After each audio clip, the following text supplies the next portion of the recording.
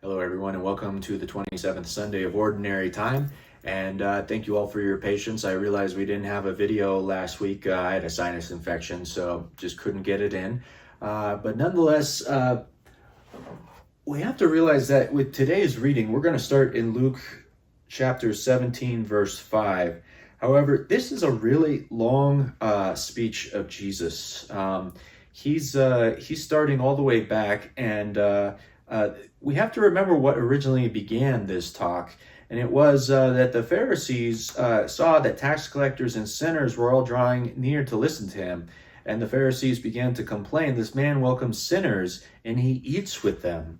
So to have the context of what's been going on in the last couple of weeks, so we've gone through 2 chapters of Jesus' sayings, and we've skipped some parts as well. So even with last week, when we were talking about the rich man who had to essentially step over Lazarus all the time, and Lazarus ends up going to heaven, and the rich man goes to hell.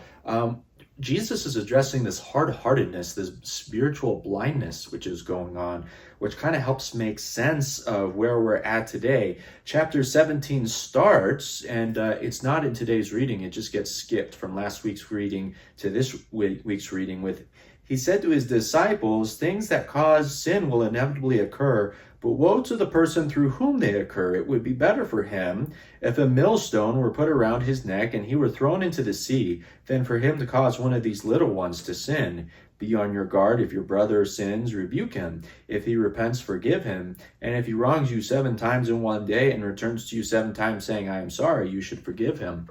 That gives us the context of where we come in with today's gospel, which is, and then the apostles said to the Lord, "Increase our faith." Because that's first of all, they're getting all this stuff. They're seeing an argument break out between the Pharisees and Jesus. And so this is all just coming at them, and they're just, "Lord, increase our faith." And then the question is, their faith in what? Okay, what is it that they need to increase their faith in? And we know, and if we don't know, we're going to learn that the faith that they need to have, the faith that needs to be increased, is in Jesus Christ. Okay, because they cannot uproot a mulberry tree and have it planted wherever, but Jesus can. All right. So yeah, no matter how much faith you have and you tell the mulberry tree to go or whatever, it's the faith in Jesus that Jesus can do that. Right.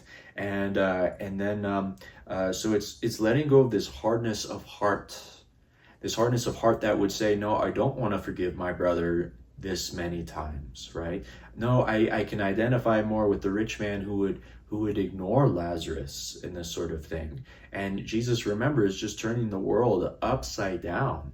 Okay, and so this is a very challenging sermon he's giving, just as much as it was 2,000 years ago as it is today. It's like, do I really forgive someone who's wronged me 7 times and has had to come back 7 times in the same day and said, "I'm sorry, and I need to forgive this person"?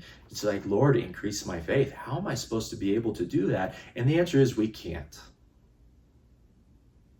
But Jesus can through us.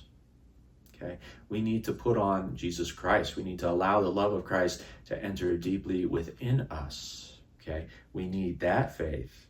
And then we get to the part of the attitude of the servant. Who among you would say to a servant who has just come in from plowing or tending sheep in the field, 'Come here immediately and take your place at table'? Would he not rather say to him, 'Prepare something for me to eat, put on your apron, and wait for me while I eat and drink'?" In other words, it's when we follow Jesus, sometimes we get this attitude because of the hardness of our hearts that, I get an award for this. I get a reward. And sometimes we need to be affirmed for just doing what we're expected to do. And affirmation is good, don't get me wrong. But the thing is that following Jesus and forgiving and allowing Jesus to work through us is what we're meant to do. Okay, it's what we've been built to do. And so sometimes when we get into this checklist mentality and we're doing good with our checklist, it's just like, look at me, right?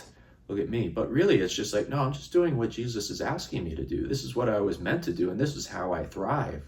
So as we approach the table of the Lord today and we receive Jesus, let us ask Jesus for the softening of this heart so that we can be able to constantly forgive and not cause the little ones scandal when they see us, but that they see us always forgiving and treating each other well, and they see the love of Christ working through us so that one day we may see him in heaven face to face.